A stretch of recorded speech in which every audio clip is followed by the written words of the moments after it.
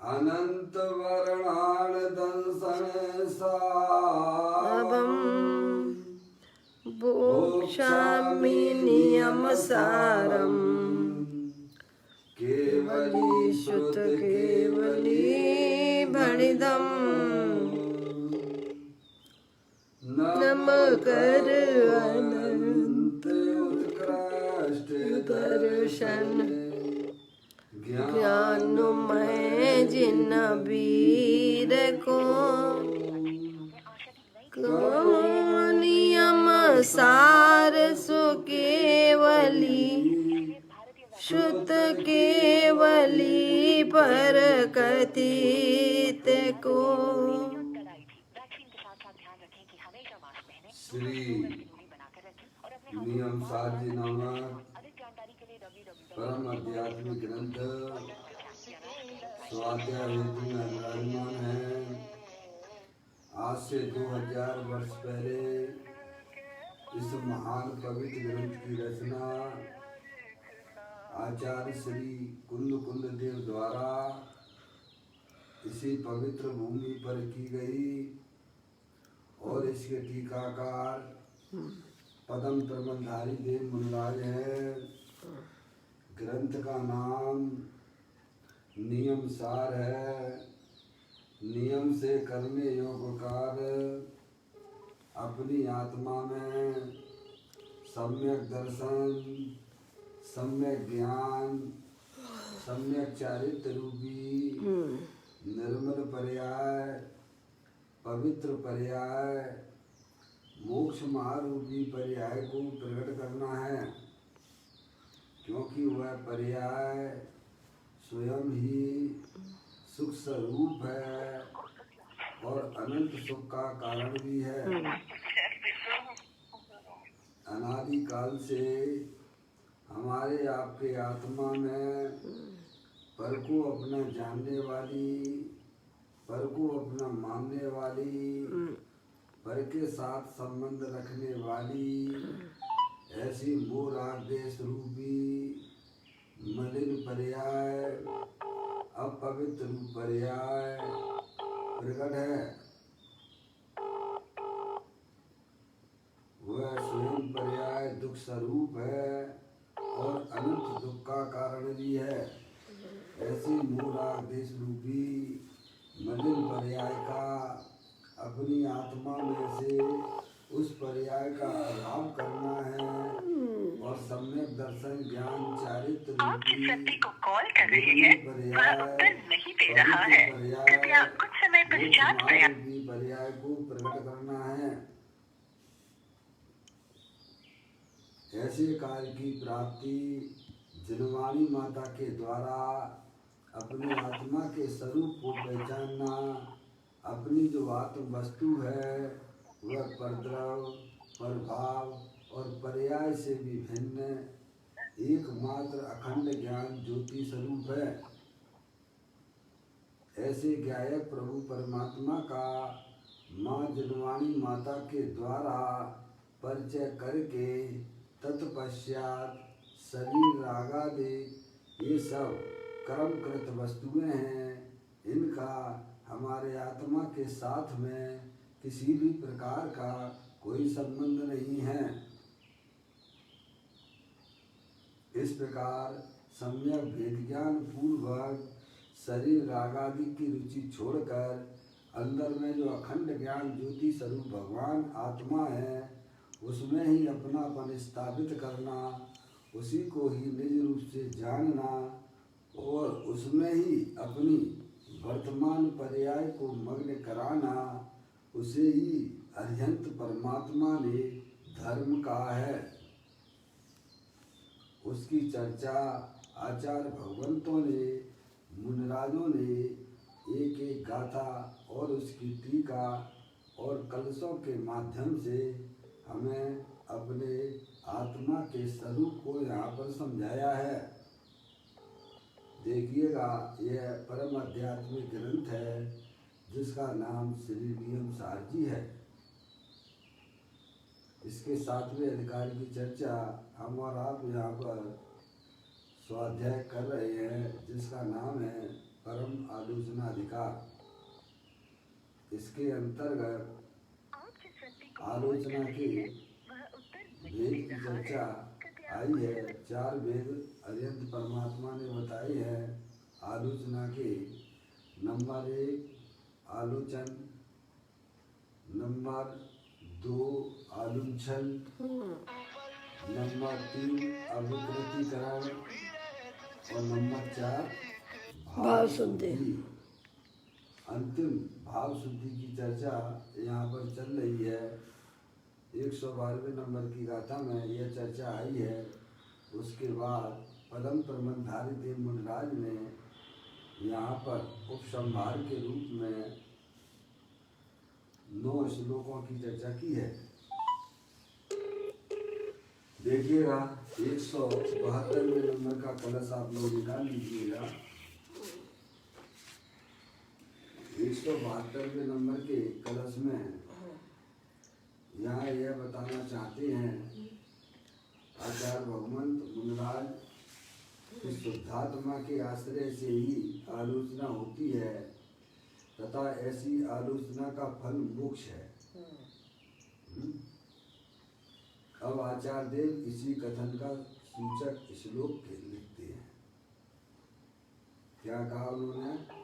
शुद्धात्मा के आश्रय से ही आलोचना होती है। अपना जो भगवान आत्मा शरीर रागादिक और पर्याय से भिन्न अखंड ज्ञान ज्योति स्वरूप देव देवन में विराजमान अनंत शक्तियों के भंडार वाला ऐसी चैतन्य वस्तु उसे शुद्धात्मा कहते हैं। और जो जीव इस शुद्धात्मा को पहचान कर उसे में अपनापन स्थापित करते हैं और अपनी पर्याय में को शुद्धात्मा का आश्रय देते हैं, उन जीवों की पर्याय में निर्मल पर्यायों की मोक्ष मार्ग की पर्यायों की प्राप्ति होती है, वितराग दशा की प्राप्ति होती है। उसी को यहाँ पर आलोचना कही गई है और वह मोक्ष का कारण है। क्या उसका फल क्या है? मोक्ष है। जो अपनी शुद्धात्मा का आश्रय लेती है उनकी पर्याय में मोक्ष मार्ग की पर्याय वितराग दशा की प्राप्ति होती है। समझने आप? उसी को भगवान ने आचार्य भगवंतों ने आलोचना कही है। और वह उसका फल क्या है? मोक्ष का है। मोक्ष यानी अनंत दर्शन, अनंत ज्ञान, अनंत सुख, अनंत वीर आदि की पर्याय की प्राप्ति हो जाती है। जगत का कोई भी पदार्थ चाहे चेतन हो अथवा अचेतन हो पर्याय के बिना नहीं होता है। पर्याय के बिना द्रव्य नहीं होता है, द्रव्य पर्याय के बिना नहीं होता है। अनादिकाल से अज्ञान दशा में वह पर्याय पर का आश्रय लेती है, वह संसार मार्ग है।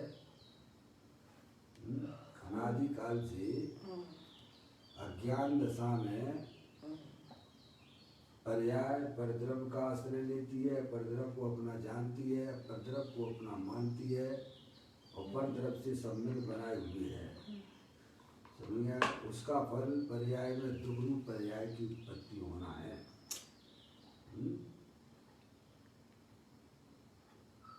और जब वह पर्याय समझदार हो जाती है, माँ जनवाणी माता के द्वारा अपने चैतन्य स्वरूपी भगवान आत्मा को पहचान लेती है, तब वह पर्याय अपने त्रिकालिक ध्रुव भगवान आत्मा जो शुद्धात्म वस्तु है उसका आश्रय लेती है, तो उसमें निराकुलता की उत्पत्ति होती है। मोक्ष मार्ग रूपी पर्याय की उत्पत्ति होती है। उसे ही भगवान ने आलोचना कही है। मोक्ष मार्ग की पर्याय को आलोचना कहा गया है। वह अपने शुद्धात्मा के आश्रय से होती है। इसीलिए जिन जीवों को अपनी आत्मा में, अपनी पर्याय में सुख शांति की प्राप्ति करना है, उन्हें अपनी आत्मा के स्वरूप को पहचानना चाहिए। क्योंकि आत्मा को जाने बिना, आत्मा को पहचाने बिना, आत्मा का सेवन किए बिना किसी भी पर्याय में भी सुख शांति की प्राप्ति नहीं हो सकती है। इसीलिए यहाँ भगवान हमें यही समझाना चाहते हैं कि शुद्धात्मा के आश्रय से ही सच्ची आलोचना होती है, वितराग दशा की प्राप्ति होती है, निर्मल दशा की प्राप्ति होती है, और उसका फल जो है मोक्ष की पर्याय को प्राप्त करना है। ये है सीधा सीधा उपाय ये है, क्योंकि आत्मा स्वभाव से ही सुख शांति का भंडार है। उसको जानना, उसको पहचानना हम आपका सबका कर्तव्य है। केवल इतना ही नहीं है, उसका आश्रय लेना भी है, आश्रय लेना भी हमारे लिए सुख शांति का एकमात्र उपाय है। तो यहाँ पर इस कलश में यही समझाने का प्रयत्न आचार्य भगवान मुनराज हमें बताते हैं कि शुद्धात्मा के आश्रय से ही आलोचना होती है, तथा ऐसी आलोचना का फल मोक्ष है। क्या है उसका फल? क्या है? मोक्ष है। हाँ, अब आचार्य देव इसी कथन का सूचक श्लोक लिखते हैं। पढ़ता हूँ, श्लोक पढ़ रहा हूँ। संयमधारी संतों को फल मुक्ति मार्ग का जो देती है, और स्वयं के आत्म तत्व में नियत आचरण के अनुरूप आचरण वाली वह आलोचना मेरे मन को कामधेनु हो। कहते हैं संयमधारी संतों को, मुनिराजों को, जिन्होंने अपने जीवन में संयम धारण किया है, पंच महाव्रत का जो भाई साहब आचरण करते हैं, ऐसे संतों मुनियों को फल मुक्ति का मार्ग, मुक्ति का मार्ग, मोक्ष मार्ग जो देती है, और स्वयं के आत्म तत्व में या अपने आत्मा के आश्रय से मुक्ति मार्ग यानी मोक्ष मार्ग रूपी पर्याय की प्रकटता होती है। नियत आचरण के अनुरूप आचरण वाली, जो अपने शुद्धात्म तत्व में नियत यानी स्थित होती है, लीन होती है, वह पर्याय अनुरूप ऐसी जो निरंतर शुद्ध नयात्मक आलोचना, वह मुझे संयमों को वास्तव में काम धेनु रूप है। कैसी है? जैसे काम धेनु गाय होती है, काम धेनु, उसका नाम काम धेनु है। वो क्या है? काम धेनु है, जब चाहो तब उसको दूध निकाल सकते हो आप, ऐसी गाय होती है। काम धेनु गाय है, विरल है ऐसी गाय मिलना, समझ गए आप? जब चाहो तब का समय, जब दूध चाहिए तब आप निकाल सकते हो। ऐसे ही, हाँ, ऐसे ही अपनी जो आत्म वस्तु है उसमें आत्मस्थित होने पर जब चाहो तब आप सुख शांति प्राप्त कर सकते हो। आप समझ गए आप? जितने का समय अपनी आत्मा में पर्याय स्थित होती जाएगी, वैसे वैसे उसका जो है आनंद बढ़ता चला जाएगा। जो आत्मा विज्ञान का ये है सुखी होने का उपाय। सुखी होने के लिए आपको किसी परद्रव के पास जाने की बिल्कुल भी जरूरत नहीं है। समझ गए आप? परद्रव का लक्ष्य करने की बिल्कुल भी जरूरत नहीं है। आपकी चैतन्य वस्तु जो है ना, ऐसी काम धेनु है। समझ गए आप? जब आप चाहो तब आप उन्हें आनंद देते रहिए आप। समझ गए आप? और बढ़ता हुआ आनंद मिलेगा यहाँ पर। देखो इसी के ऊपर पूज्य गुरुदेव श्री ने यहाँ इसका व्याख्यान किया है, अपन सीधे वहीं पर आ जाते हैं। 945वें नंबर का पेज है, नियम 7 प्रवचन का तीसरा भाग अपन यहाँ पढ़ रहे हैं। देखिए, आत्मा शुद्ध आनंद स्वरूप ज्ञाता दृष्टा है। क्या है? आत्मा शुद्ध आनंद स्वरूप ज्ञाता दृष्टा है। समझेंगे आप? ऐसी अपनी चैतन्य वस्तु है। समझेंगे आप? चैतन्य वस्तु का स्वरूप ऐसा है, जानने देखने वाला पदार्थ है। और कैसा है? शुद्ध आनंद स्वरूप ज्ञाता दृष्टा। शुद्ध यानी परद्रव्य से भिन्न और अपने भावों से अभिन्न, यह शुद्धता का हेतु होता है। शुद्ध का मतलब क्या है? कि परद्रव्य से भिन्न और अपने भावों से यानी अपने गुणों से अभिन्न, यह द्रव्य की शुद्धता है। ऐसी चैतन्य वस्तु तीनों काल जानने देखने वाली वस्तु, दे देवन में विराजमान ज्ञानानंद मूर्ति है, अनंत शक्तियों के भंडार वाली ऐसी चैतन्य वस्तु, वो आप और मैं हूँ। समझ लेंगे आप कौन हो भाई साहब? चैतन्य वस्तु हो। समझे आप? जानने देखने वाले पदार्थ हो, स्थायी हो। है? देखो, शरीर तो अनंत पुद्गल परमाणुओं का पिंड है, वह कोई स्थायी वस्तु नहीं है, जड़ है, माटी धूल है। समझ रहे आप?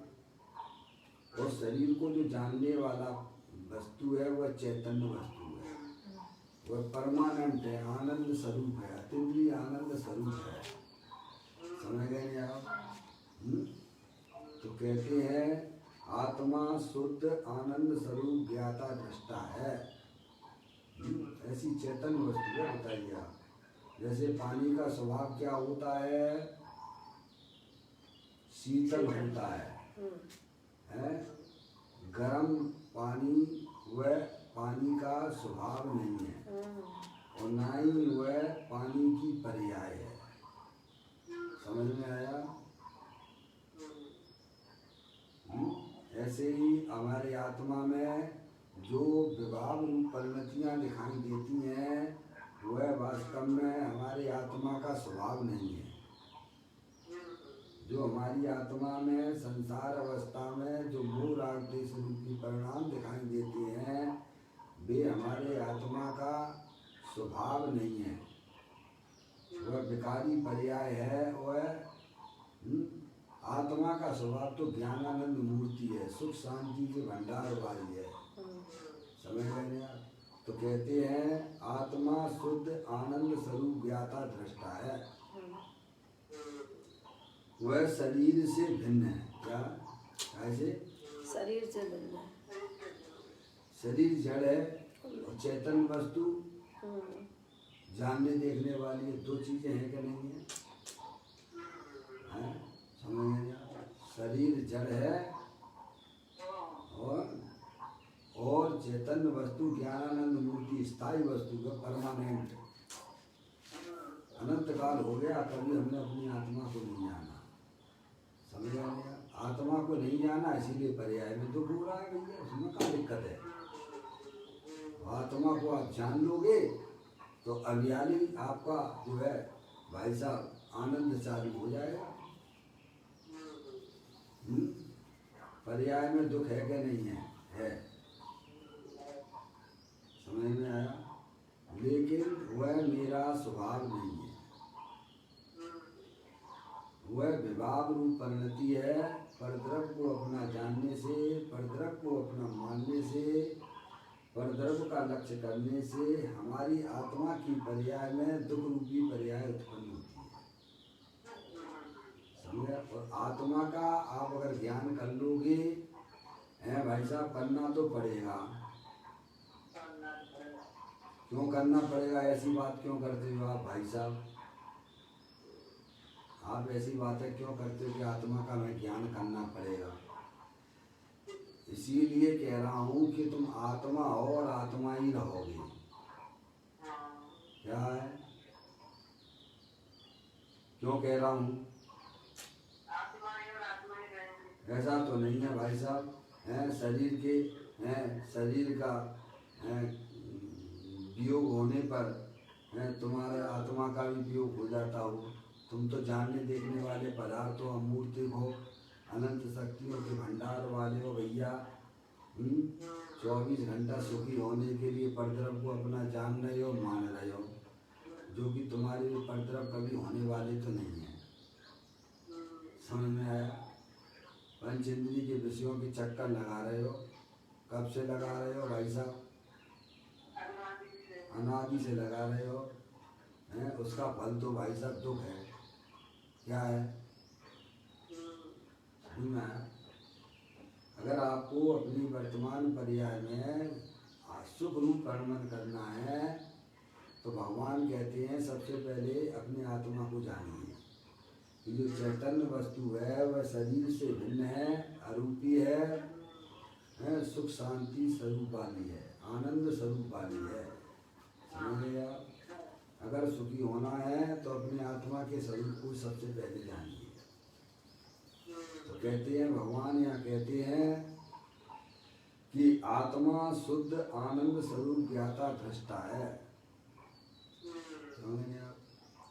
वह शरीर से भिन्न है। शरीर जड़ है, तुम चेतने से भगवान आत्मा हो, तथा पुण्य पाप भाव से पृथक है। क्या कह दिया? जो चैतन्य वस्तु है, जो ज्ञानानंद मूर्ति स्वरूप भगवान आत्मा है, जो कि आप हो, वह शरीर से तो भिन्न है ही, लेकिन हमारी आत्मा में जो पुण्य पाप के परिणाम शुभाशुभ भाव जो उत्पन्न होते हैं उनसे भी मेरा भगवान आत्मा भिन्न है। ये चर्चा आपको जिनेंद्र परमात्मा के यहाँ ही मिलेगी।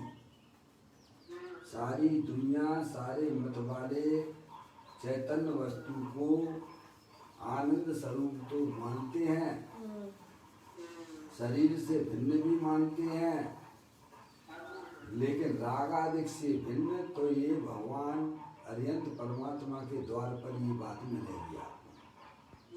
क्या भाई साहब? मौसी दिल्ली,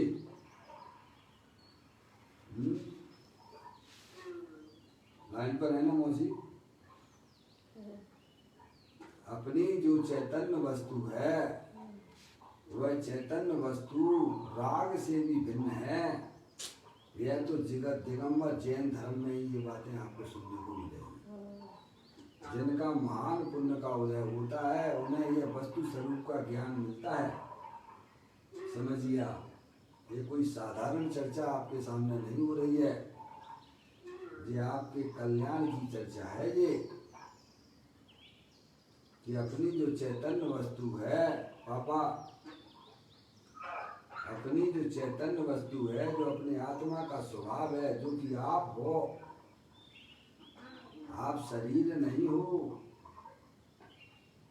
शरीर को अपना मानना छोड़ दो। आप तो भगवान जैसे हो, सिद्ध भगवान जैसे हो भाई साहब। समझ गए आप? शरीर तो जड़ है। शरीर तो वास्तव में शरीर नाम की जगत में कोई वस्तु ही नहीं है। ईमानदारी की बात तो ये है। क्या है भाई साहब? शरीर तो शरीर नाम की जगत में कोई वस्तु नहीं है। वह तो अनंत पुद्गल परमाणुओं का पिंड है। अभी आप पीछे पढ़ के आए थे, पदम प्रमंधारी देव मुनिराज ने 166वें नंबर की कलश में यह बात आपको समझाई थी। शरीर जो है अस्थिर है, अनंत पुद्गल परमाणुओं का पिंड है। उसके अनंत पुद्गल परमाणु हर समय आ रहे हैं और जा रहे हैं। क्या है भाई साहब? है शरीर क्या है? अनंत पुद्गल परमाणुओं का पिंड है, जड़ है। समझ में आया? लेकिन हमारा इतना स्थूल ज्ञान है कि भाई साहब उसे स्थिर रूप से देखता है। ये तुम्हारी बहुत बड़ी अज्ञानता है क्या? शरीर स्थिर वस्तु नहीं है। शरीर तो अनंत पुद्गल परमाणुओं का पिंड है। ऐसे ही हमारी आत्मा में जो विविध प्रकार की इच्छाएं उत्पन्न होती हैं कि नहीं होती हैं बताओ? होती है। वे पुण्य और पाप रूप से होती हैं, पर वे भी स्थिर चीज नहीं है। समझ में आया भैया? वे भी कोई स्थिर चीज नहीं है, वे भी आने जाने वाली चीजें हैं। वे सब कर्म उदय जनित अवस्थाएं हैं। इस शरीर में अगर कोई स्थिर वस्तु है तो अपनी चैतन्य वस्तु है, संख्यात प्रदेशी ज्ञानानंद मूर्ति भगवान आत्मा। उसको पहचान लो भाई, उसकी दृष्टि कर लो, सुखी हो जाओगे, अभियाली हो जाओगे, अभियाली। जब ही जिए आत्म जाने तब ही जिए शिव सुख ठाने। बोलो तो भाई, कितना सरल उपाय है?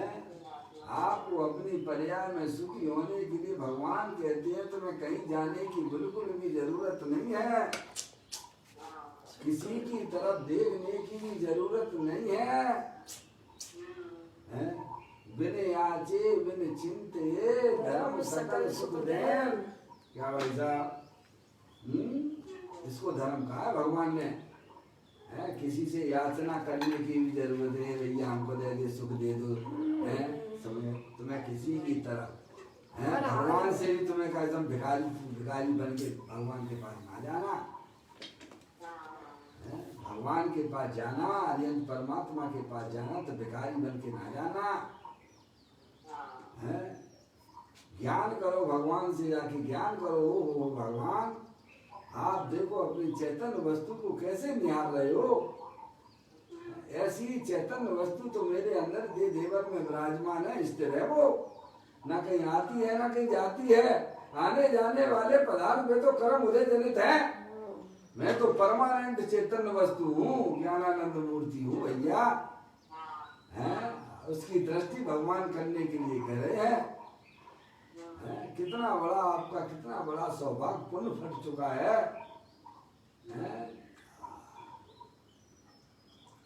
कहते हैं आत्मा शुद्ध आनंद स्वरूप ज्ञाता दृष्टा है। वह शरीर से भिन्न है और पुण्य पाप भाव से पृथक है। क्या है भाई साहब? आत्मा की पर्याय में जो पुण्य पाप के परिणाम, जो विविध प्रकार की इच्छाएं, जो विकार रूप परिणाम होते हैं, उनसे अपनी चैतन्य वस्तु तीनों काल भिन्न है। कब भाई साहब? तीनों काल भिन्न है। ऐसे गायक प्रभु परमात्मा को जो अपने ज्ञान में बसाता है, उसकी दृष्टि करता है, उसकी पर्याय में भाई साहब अत्यंत आनंद की प्राप्ति होती है, आत्मिक आनंद की प्राप्ति होती है।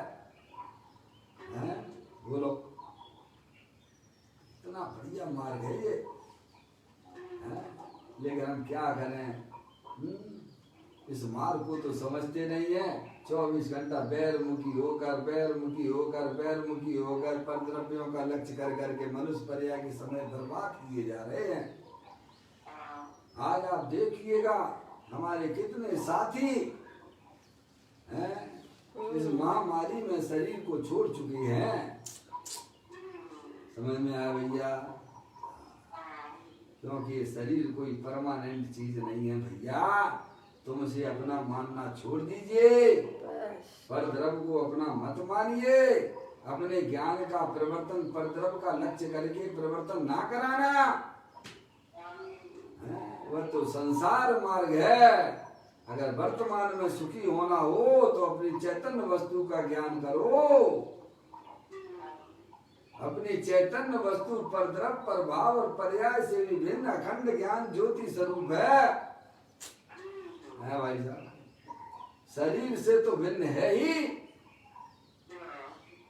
भगवान कहते हैं कि रागादिक परिणाम, जो पुण्य पाप के परिणाम जो संसार अवस्था में होते हैं, उनसे भी तेरी चैतन्य वस्तु भिन्न है। क्या? उसको तू पहचान। शरीर रागादि की दृष्टि छोड़ दे। जय की दृष्टि। अंदर में परमानेंट वस्तु आपके पास में विद्वान है, तो उसकी दृष्टि कर, बस बस। तो तेरी पर्याय में भाई साहब अतीन्द्रिय आनंद की प्राप्ति हो जाती है। जो द्रव्य के अंदर अनंत शक्तियां भरी होती हैं, उनका पर्याय में प्रभाव प्रारंभ हो जाता है। उसे भगवान ने आलोचना कही है भैया। बैर मुक्ता पाठ पढ़ लेना भैया, निंदा गिरा कर लेना, वह कोई भाई साहब वह आलोचना नहीं है, वह तो स्वभाव है। अपने दोषों की निंदा गिरा करना वह स्वभाव है। और अपनी आत्मा का आश्रय लेना उसे भगवान ने आलोचना कहा है। तो कहते पहले आत्मा के स्वरूप को समझो। आत्मा शुद्ध आनंद स्वरूप ज्ञाता दृष्टा है। वह शरीर से भिन्न है और पुण्य पाप भाव से पृथक है। ऐसे आत्म स्वरूप का अवलोकन करना आलोचना है। क्या है भाई साहब? पहले ज्ञान करो कि मैं चेतनेश्वर भगवान आत्मा हूँ, ज्ञानानंद मूर्ति हूँ, परब्रह्म कि हमारे आत्मा में कोई मिलावट नहीं हो रही है भाई साहब। अब इसमें अपना ज्ञान लगाओ भाई साहब। इतनी सी छोटी सी बात के पीछे यह जीव कितना दुखी हो रहा है, पैरमुखी होकर कितना अनादिकाल से संसार में ही पड़ा हुआ है। इसके सारे साथी आज सिद्धालय पे बैठे हुए हैं। सही बात है। मैं तो कहता हूँ विद्यार्थी एक बार क्लास में फेल हो जाता है, दूसरी बार उसे क्लास में बैठने में, स्कूल जाने में शर्म आती है। अनंत काल हो गया मेरे आत्मा को इस संसार में रखड़ पट्टी करते करते। पुण्य के उदय से तुझे ये मनुष्य पर्याय मिली है, जिन्हें देव परमात्मा मिले हैं, सत्य वस्तु स्वरूप को बताने वाले ज्ञानी मिल गए हैं। अब तो चेतो है भाई साहब। हैं अभी भी मरा जा रहा है कि स्त्री मेरी है, लड़का मेरा है, लड़की मेरी है। तेरा तो मात्र एक चेतनेश्वर भगवान आत्मा है, स्थायी वस्तु है, जो परद्रव्य प्रभाव और पर्याय से भी भिन्न है।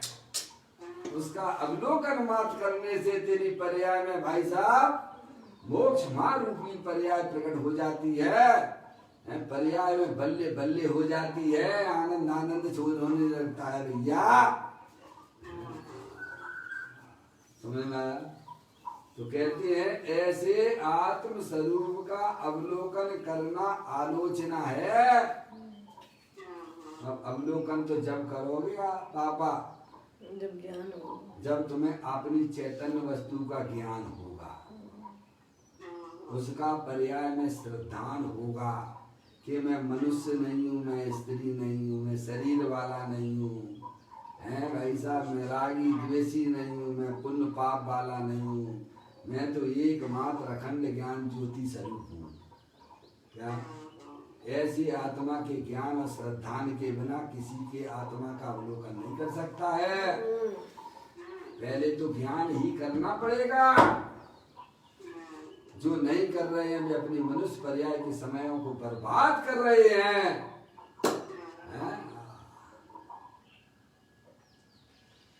कहते आत्मा शुद्ध आनंद स्वरूप ज्ञाता दृष्टा है, जानने देखने वाली चैतन्य वस्तु ज्ञानानंद मूर्ति है।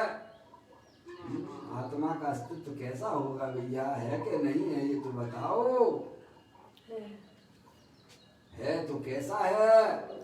तो कहते हैं ज्ञानानंद स्वरूप है, ओ आनंद स्वरूप है, सुख शांति का भंडार वाला है। और वह चैतन्य वस्तु शरीर से तो भिन्न है ही, शरीर जड़ है, माटी धूल है। और अंदर में होने वाले विविध प्रकार की इच्छाएं पुण्य पाप रूप से, उनसे भी मेरा भगवान आत्मा तीनों काल भिन्न है। ऐसे ज्ञात्म स्वरूप का अवलोकन, क्या कहा? तो अवलोकन बैर मुक्ता से होता है कि अंतर मुक्ता से होता है भैया, इतना तो बता दो। अंतर मुक्ता। उस समय ज्ञान का परिवर्तन कैसा होगा? बैरमुख होगा कि अंतर्मुख होगा? समझ लो भाई साहब।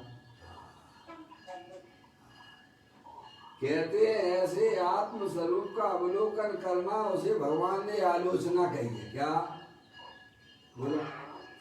उसका नाम आलोचना है। अपने ज्ञान की पर्याय को पर द्रव पर भाव और पर्याय से विमुख जिन जीवों ने किया है भाई साहब, अंतर्मुख होकर ज्ञान का प्रवर्तन, जो बैरमुख हो रहा था उसी को ज्ञानियों ने सच्चे ज्ञान के द्वारा, सम्यक वेद ज्ञान के द्वारा उस ज्ञान का परिवर्तन अंतर्मुख करते हैं, उसे बोलते अंतर आत्मा।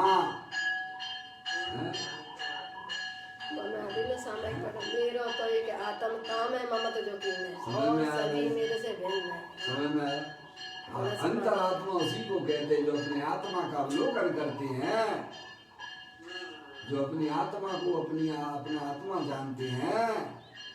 शरीर तो क्षण भंगुर तत्व है, अनंत पुद्गल परमाणुओं का पिंड है। हर समय अनंत पुद्गल परमाणु आ रहे हैं और जा रहे हैं। देखो आपके कमरे में बहुत सी धूल राशि अभी उड़ रही है कि नहीं उड़ रही है? उड़ो।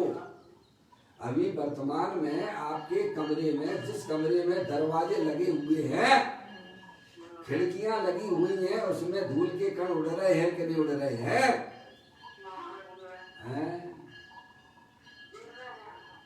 पर आपको दिखाई दे रहे हैं क्या? पर आपको विश्वास है कि नहीं उड़ रहे हैं कि नहीं उड़ रहे हैं? विश्वास है। समझ में आया? ऐसे ही भगवान कहते, एक बार तू मेरी बात को विश्वास में ले ले कि तेरा ये शरीर अनंत पुद्गल परमाणुओं का पिंड है। हर समय इसके परमाणु आते हैं और जाते हैं, कोई ये स्थायी वस्तु नहीं है। शरीर के अंदर चैतन्य वस्तु जो है वो स्थायी है, वो ज्ञानानंद मूर्ति है, सुख शांति के भंडार वाली है। समझ में आया भैया? और रागादिक परिणतियां तो आपको स्पष्ट ही दिख रही हैं भाई साहब। हर समय विविध प्रकार की इच्छाएं होती है, चली जाती हैं भैया, वे कोई हमारे आत्मा के अंदर प्रवेश नहीं करती हैं। तो ज्ञानी कहते शरीर रागादिक से भिन्न होते हुए, उनमें अपनापन छोड़ते हुए अंदर देखिए चैतन्य वस्तु तीनों काल सुख शांति के भंडार वाली है। तो कहते ऐसे आत्मा का अवलोकन है, ऐसे आत्मा का अवलोकन करना, उसको भगवान ने आलोचना कही है। यानी जो द्रव्य के अंदर शक्तियां थी, देखो आप अपनी आत्मा को अंतर्मुखी उपयोग के द्वारा जब उसका अवलोकन करोगे, तो जो द्रव्य के अंदर जो अनंत शक्तियां भरी हुई हैं, उनकी पर्याय में व्यक्तता हो जाती है। क्या हो जाती है?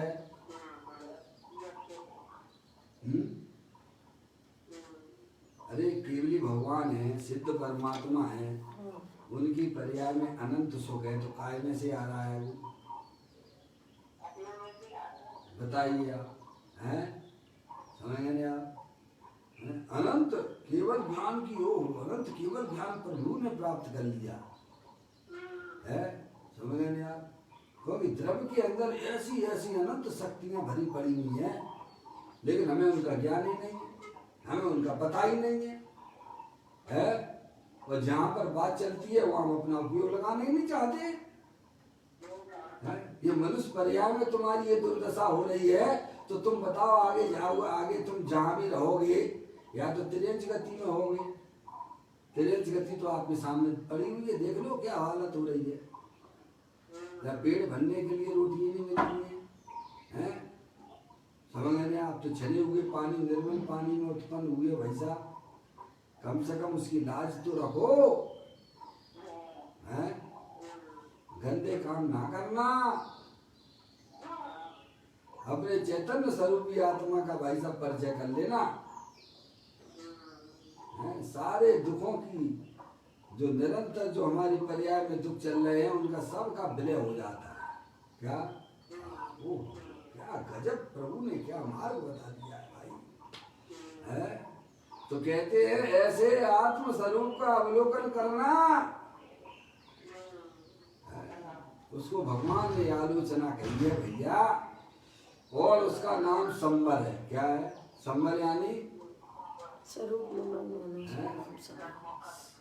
संबर यानी आत्मा में उन शक्तियों का पर्याय में व्यक्तता होना, उसका नाम संबर है। क्या है? और उन शक्तियों की पर्याय में जो व्यक्तता हुई है वह संबर है, और उनकी वृद्धि होना वह निर्जरा है। क्या है? समझ गए ना? शुद्धि की निरंतर वृद्धि होते रहना वह निर्जरा है, और वह परिपूर्ण रूप से भाई साहब उसकी पूर्ण शुद्धता प्रकट हो जाना, उसे भगवान ने मोक्ष कहा। उसका फल मोक्ष है। क्या भाई साहब है? कहते हैं उसका नाम संबर है। अब देखिए आप, चैतन्य स्वरूप की दृष्टि करके उसमें एकाग्र होने से विकार की उत्पत्ति न होकर शुद्ध स्वभाव की उत्पत्ति होती है। क्या भाई साहब? कितना बड़ा काम कर लिया आपने, बोलिए भाई साहब। बैठे बैठे ही आपने इतना बड़ा काम कर लोगे आप। अपने आत्मा का ज्ञान करना हमारे लिए बहुत ही जरूरी है, क्योंकि आत्मा के ज्ञान के बिना हमारे पर्याय के संकट दूर नहीं हो सकते हैं। सही बात है। तो प्रभु हमें समझाते हैं चैतन्य स्वरूप की दृष्टि करके उसमें एकाग्र होने से विकार की उत्पत्ति, विकार यानी मोह राग देश के परिणाम, समझ गए ना? विकार की उत्पत्ति ना होकर शुद्ध स्वभाव की उत्पत्ति होती है। देखो अपने आत्मा की दृष्टि करने से कितना लाभ हो गया आपकी पर्याय में, कितना लाभ हो गया भाई साहब।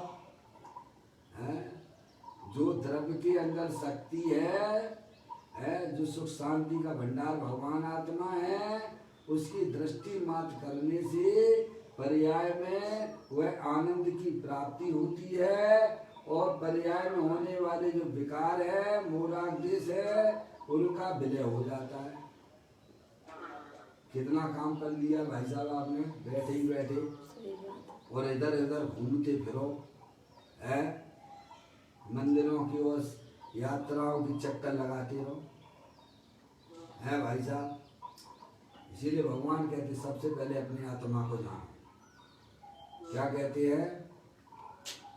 सबसे पहले अपनी आत्मा के स्वरूप को पहचानने की कोशिश कीजिए।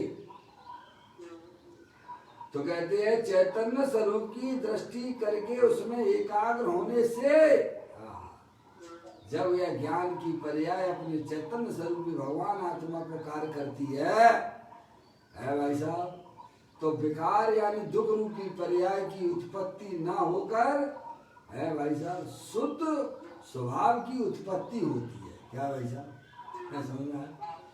जो शुद्ध जाने आत्म को वह शुद्धता को पर्याय में प्राप्त करता है? द्रव्य में रहने वाली अनंत शक्तियों की व्यक्तता पर्याय में हो जाती है भैया, और दुख रूपी पर्याय का भी विलय हो जाता है। जैसे आपने कमरे में भाई साहब अपनी लाइट जलाई, बोलो तो अंधकार भग गया कि नहीं भग गया? है? कितना काम हो गया लाइट जलाते ही है पापा। कमरे की लाइट जलाते ही अंधकार भाग जाता है और उजाला उजाला हो जाता है, सारी चीजें क्लियर दिखने लगती हैं। ऐसे ही ज्ञान की पर्याय का जब परिवर्तन अपने चैतन्य स्वरूपी भगवान आत्मा के सन्मुख होता है, तो मोह राग रूपी अंधकार भाग जाता है, और भाई साहब अपनी चैतन्य वस्तु में जो अनंत शक्तियां भरी थी उनकी पर्याय में व्यक्तता हो जाती है। इसे ही भगवान ने धर्म कहा है भैया, है? इसीलिए आत्म जागृति धर्म है। अपनी पर्याय में जागृति रखना। कैसी जागृति रखना? कि भाई साहब मैं शरीर नहीं हूँ, मैं तो चेतनेश्वर भगवान आत्मा हूँ।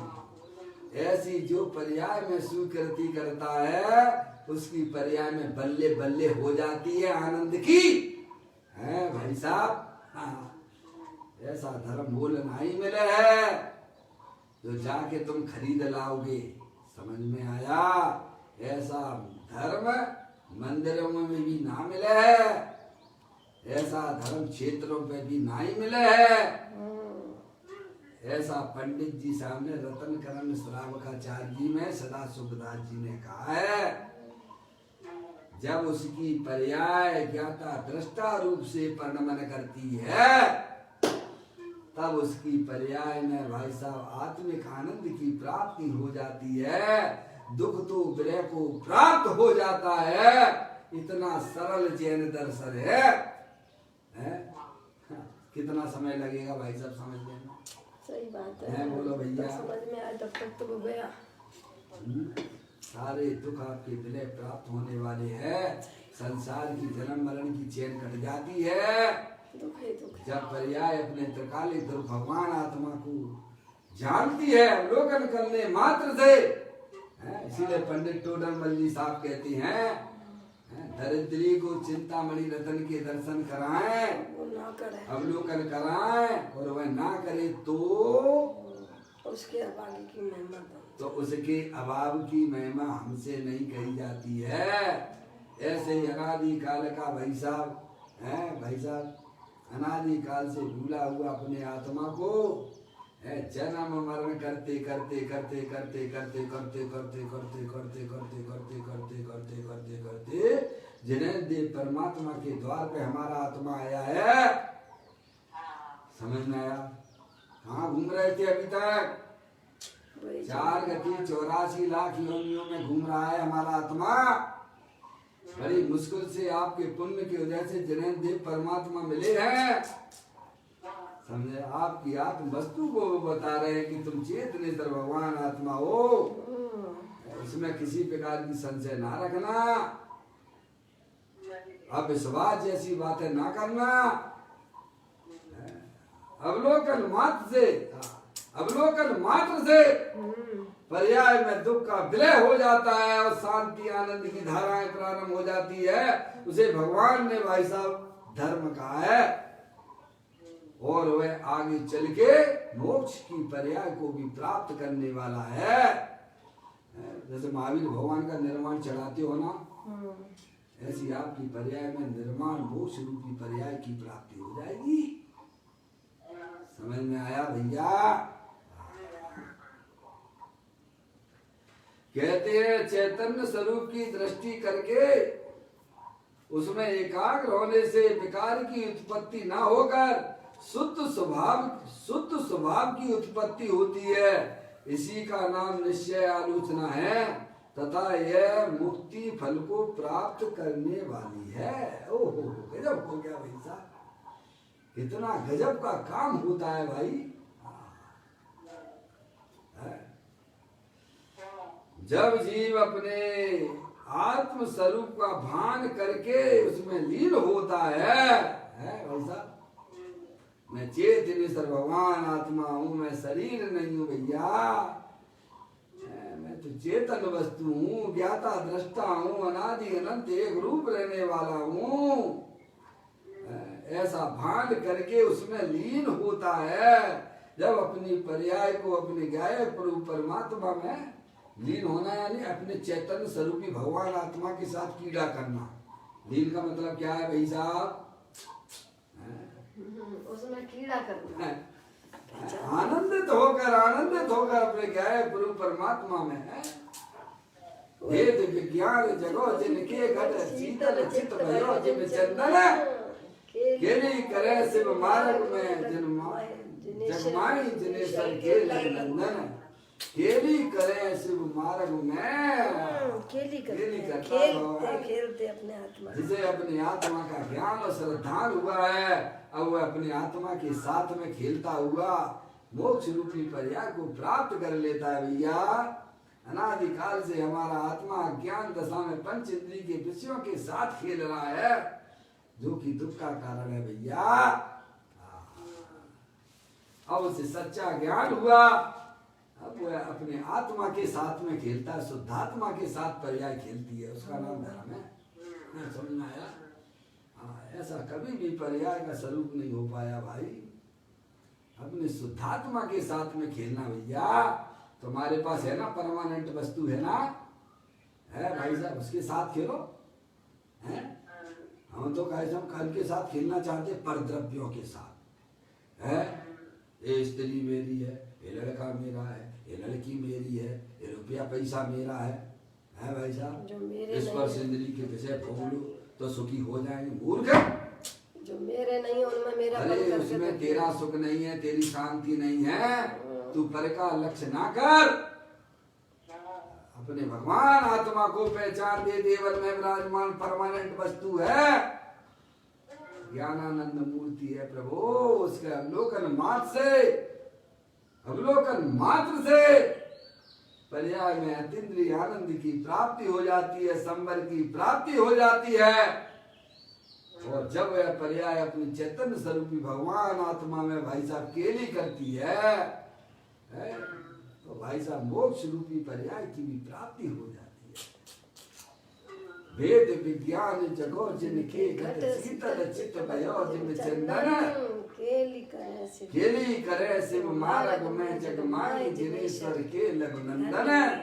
सम्यक दृष्टि जीव ऐसा काम करता है। समझ में आया भाई साहब?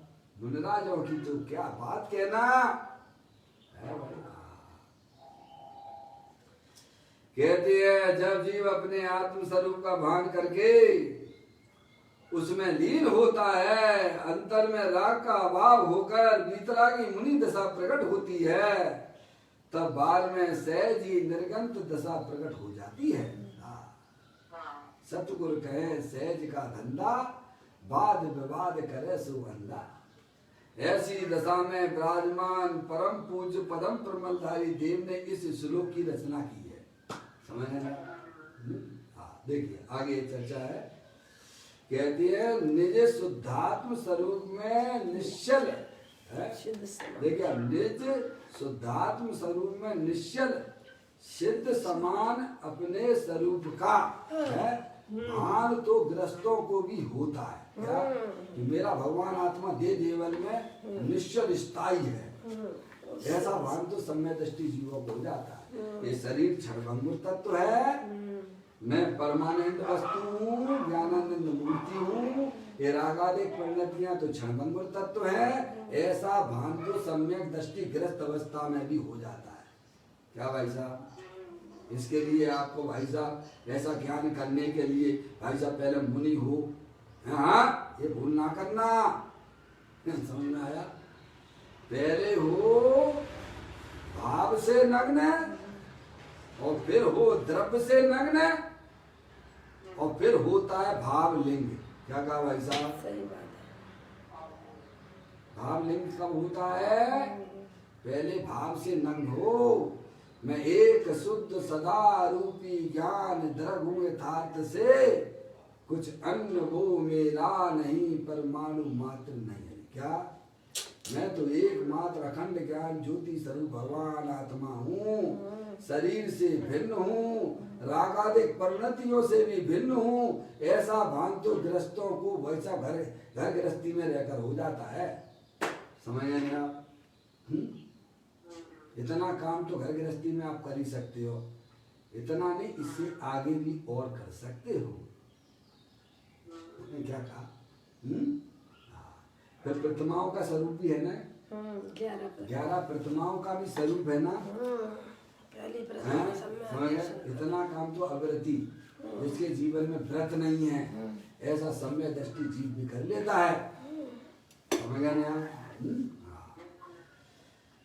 तो देखिए आप प्रारंभिक शब्द पढ़े आप इसका, तो कहते हैं निश्चल निज शुद्धात्म स्वरूप में निश्चल सिद्ध समान अपने स्वरूप का भान तो ग्रस्तों को भी होता है। क्या होता है कि शरीर ये क्षणभंगुर तत्व है, इसके अंदर सिद्ध भगवान जैसी मूर्ति दे देवन में विराजमान है, और रागादिक परिणतियां तो क्षणभंगुर तत्व है। ऐसा घर गृहस्थी में रहने वाला अवृत सम्यक दृष्टि जीवों को भी हो जाता है। समझ में आया? अब देखिए तब फिर मुनियों की क्या बात कहें? जब गृहस्थों को ही हो जाता है, मुनियों की क्या बात करें? तो तब मुनियों की क्या बात है? मुनि का पर्याय का लेवल तो ऊंचाई होगा ना, नहीं होगा क्या? हैं? मुनियों की पर्याय का लेवल तो भाई साहब सम्यक दृष्टि से ऊंचा होगा कि नहीं होगा? होगा। अभी सम्यक दृष्टि जीव की पर्याय में तो 3 चौकड़ी कसाय का सद्भाव चल रहा है, लेकिन मुनराज की पर्याय में तो भाई साहब 1 संजुलन कसाय का सद्भाव ही है और 3 चौकड़ी कसाय का तो उन्होंने पर्याय में दुख का अभाव कर दिया है। उनकी पर्याय का लेवल तो इतना ऊंचा हो चुका है।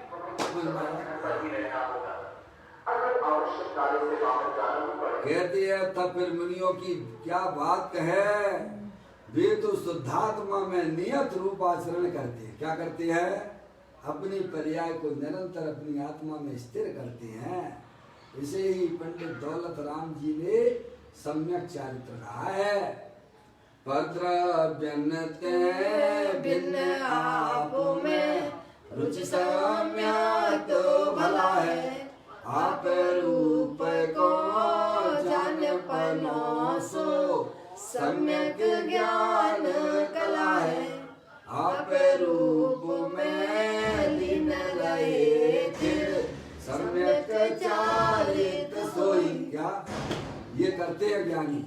समझ गए? ऐसा मुनि बन गए। मुनि अब क्या करेंगे, क्या करेंगे भाई साहब? अरे तुम्हें नहीं मालूम है वे क्या करने गए हैं? हमारे तीर्थंकर तो भाई साहब जन्म से ही सम्यक दृष्टि होती है। सारे वैभवों को ऐसा छोड़ देते हैं, ऐसे ना कोई छिनक देता है। समझ में आया?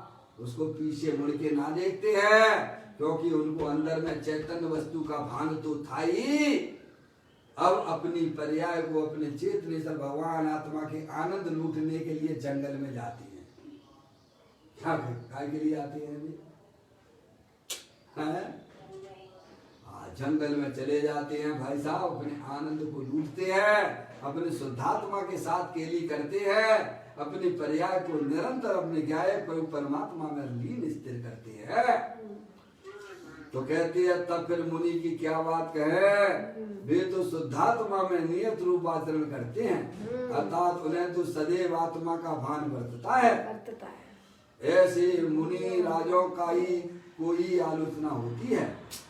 उनकी आलोचना पर्याय निर्विकारी है। कैसे? विकार रहित है, वीतराग स्वरूप है, आनंद स्वरूप है।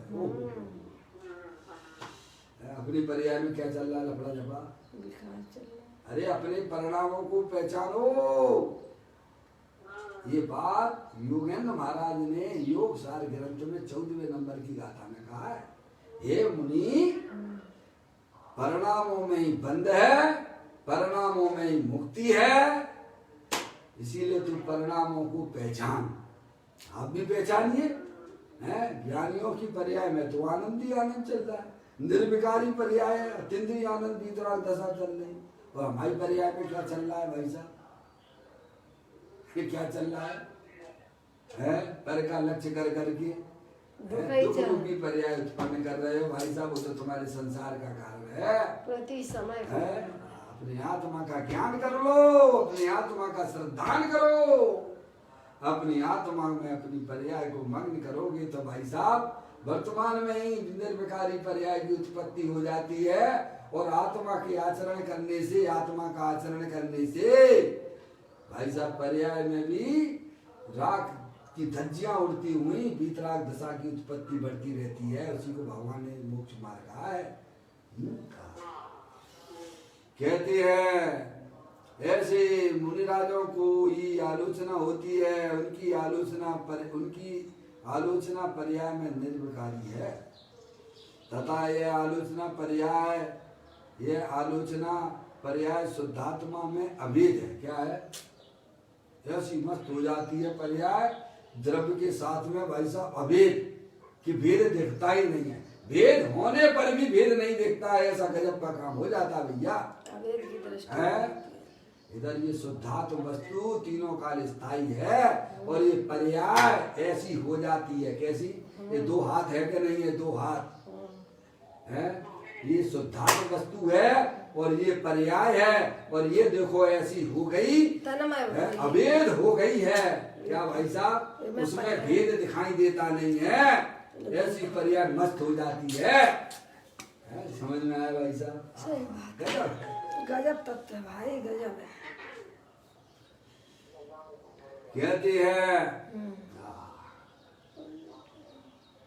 तथा यह आलोचना पर्याय शुद्धात्मा में अभेद हो गई है। क्या? अभेद। जबकि पर्याय पर्याय रूप से रहती है, द्रव रूप से रहता है, लेकिन ऐसी अभेद हो जाती है कि द्रव और पर्याय की भेद दिखाई देते नहीं है। हम यहाँ पहचान नहीं पाओगे, ऐसी अभेद हो जाती है।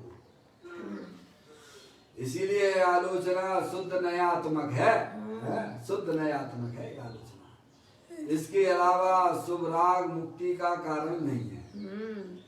अपनी आत्मा में जो पुण्य का परिणाम दया का, दान का, पूजा का, भक्ति का, प्रभु के प्रति होता है, अनुव्रत का, महाव्रत का जो परिणाम होता है वह शुभ भाव है, वह मुक्ति का कारण नहीं है, वह तो संसार का ही कारण है।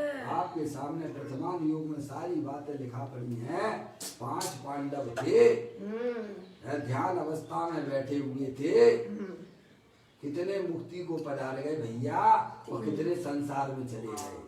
3 मुक्ति में पधार गए। 5 पांडव भावलिंगी मुनिराज थे, स्वरूप में कितने मुक्ति को प्राप्त हुए और कितने संसार में। बोलो।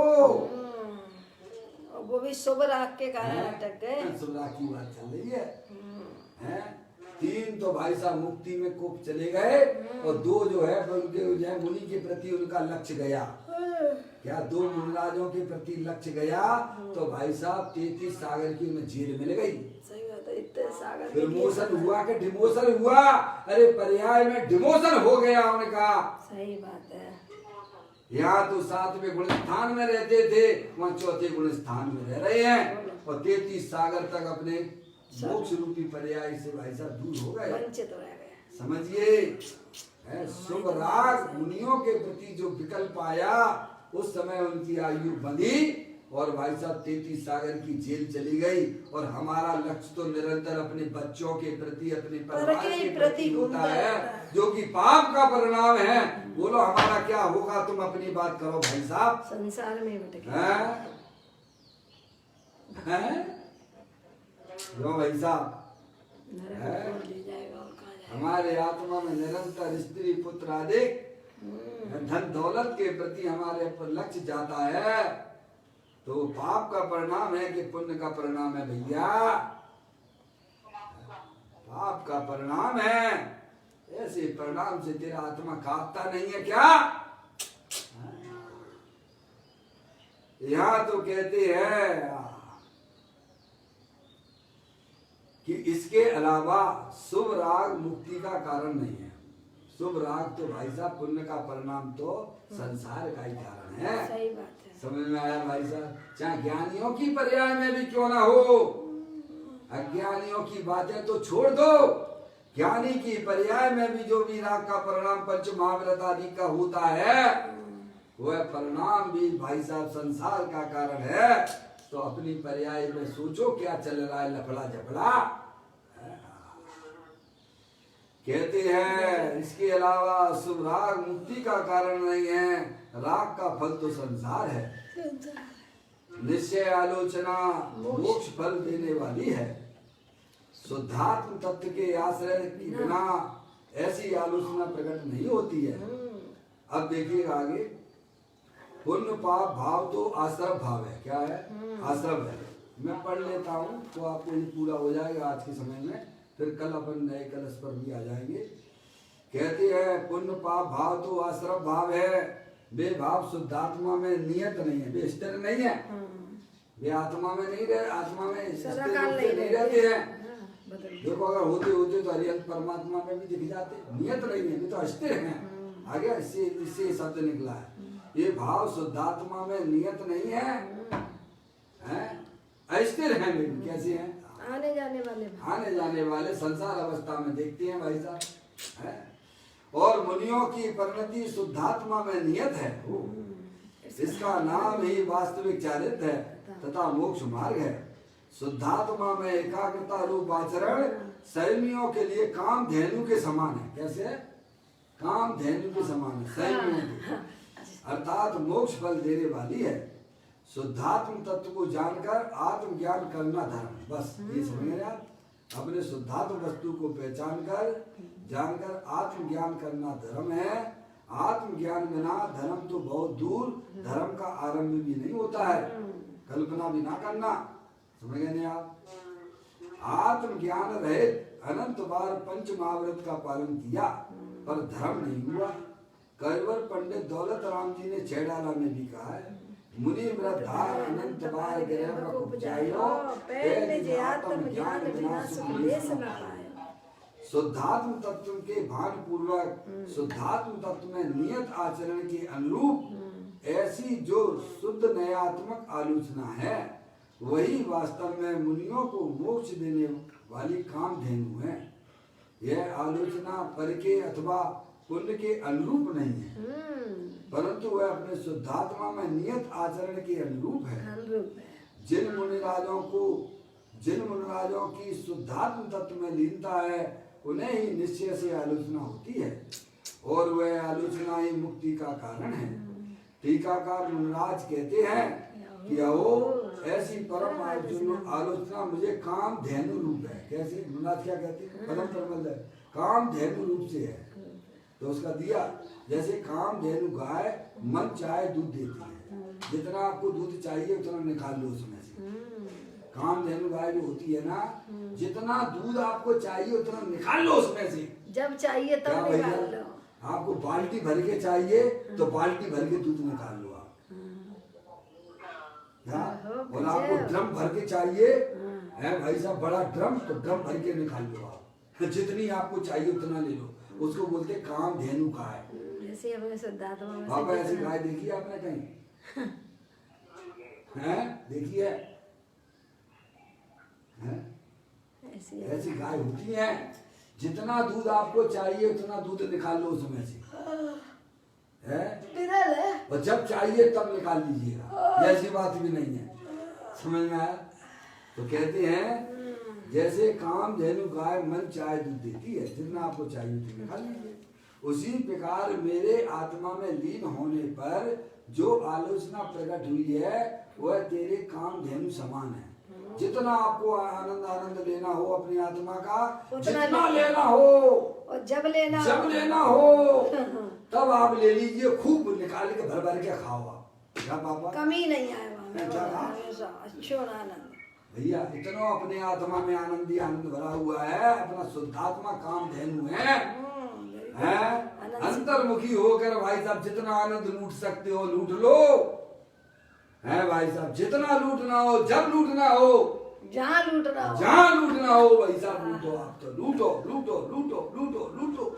है भाई साहब, ऐसा शुद्धात्मा काम धेनु के समान है। तभी तो अनंत सिद्ध भगवान अनंत काल से वो सुख भोग रहे हैं और कमी नहीं हो रहा। उसी प्रकार मेरे आत्मा में लीन होने पर जो आलोचना प्रकट हुई है वह मेरे लिए काम धेनु समान है। कैसी है? मुन्नाज कहते हैं भर भर के पी रहे मुन्नाज, दमा दम। और हम क्या कर रहे हैं? मूर्खों की तरह। ये भाई साहब, ये 100 रुपया दे दो, 500 रुपया दे दो, है भाई साहब, ये स्पर्श इंद्री तू मुझे सुख दे दे, ये लड़का मुझे सुख दे दे। मूर्ख, तेरे पर द्रव्य कभी हुए नहीं है, हो सकते नहीं है। तू अपने आत्मा का ज्ञान कर, जो ज्ञानानंद मूर्ति है उसका अवलोकन मात्र से तेरी पर्याय में दरिद्रता दूर हो जाती है। भाई साहब, ऐसी चैतन्य चिंतामणि भगवान आत्मा दे देवल में विराजमान है। शरीर रागादिक से भिन्न है। अवलोकन मात्र से दरिद्रता दूर हो जाती है। भाई साहब, ऐसा गजब का चैतन्य तत्व दे देवल में विराजमान है, परमानंद है। कहते हैं उसी प्रकार मेरे आत्मा में लीन होने पर जो आलोचना प्रकट हुई है वह मेरे लिए कामधेनु समान है। क्या भाई साहब? क्योंकि जितना जितना आत्मा में एकाग्र हूँ उनमें से उतना उतना अधिक आनंद आता है। क्या आता है? उतना उतना अधिक आनंद आता है। पर्याय जितना जितना अपने अंतर्मुखी योग के द्वारा अपने आत्मा में लीन होती चली जाती है उतना उतना दुख की पर्याय विलय को प्राप्त होती चली जाती हैं और पर्याय में आनंद ही आनंद बढ़ता चला जाता है। ऐसी काम धैर्य रूपी शुद्धात्म वस्तु तीनों काल विद्यमान है, ज्ञानी उसका सेवन करते हैं। ऐसी दशा वीतरागी निर्ग्रंथ मुनियों की होती है। इस प्रकार से बड़ी सुंदर चर्चा शुद्धात्म तत्व की बताई, पर्याय के स्वरूप को भी बताया। भैया हमारे पास दोनों चीजें हैं, हमें अपने वर्तमान शुद्ध ज्ञान को अपनी चैतन्य वस्तु को समझने में लगाना चाहिए जो हमारे लिए वर्तमान में सुख शांति देने वाली है और अल्प काल में मोक्ष रूपी पर्याय को भी प्राप्त कराने वाला है। इस प्रकार से यह कलश को अपन ने पूरा किया।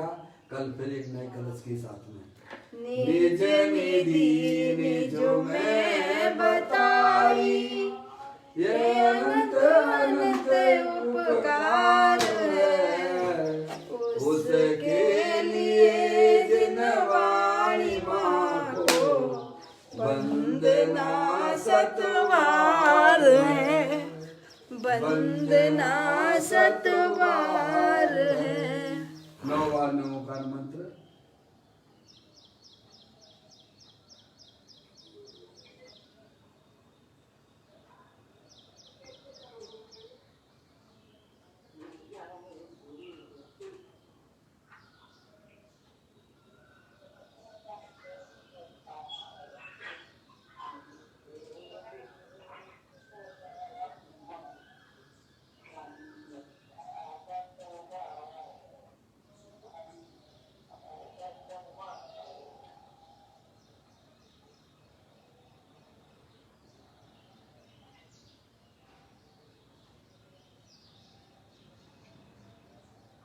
गुरु द्वादशांग जनवाणी माता की जय।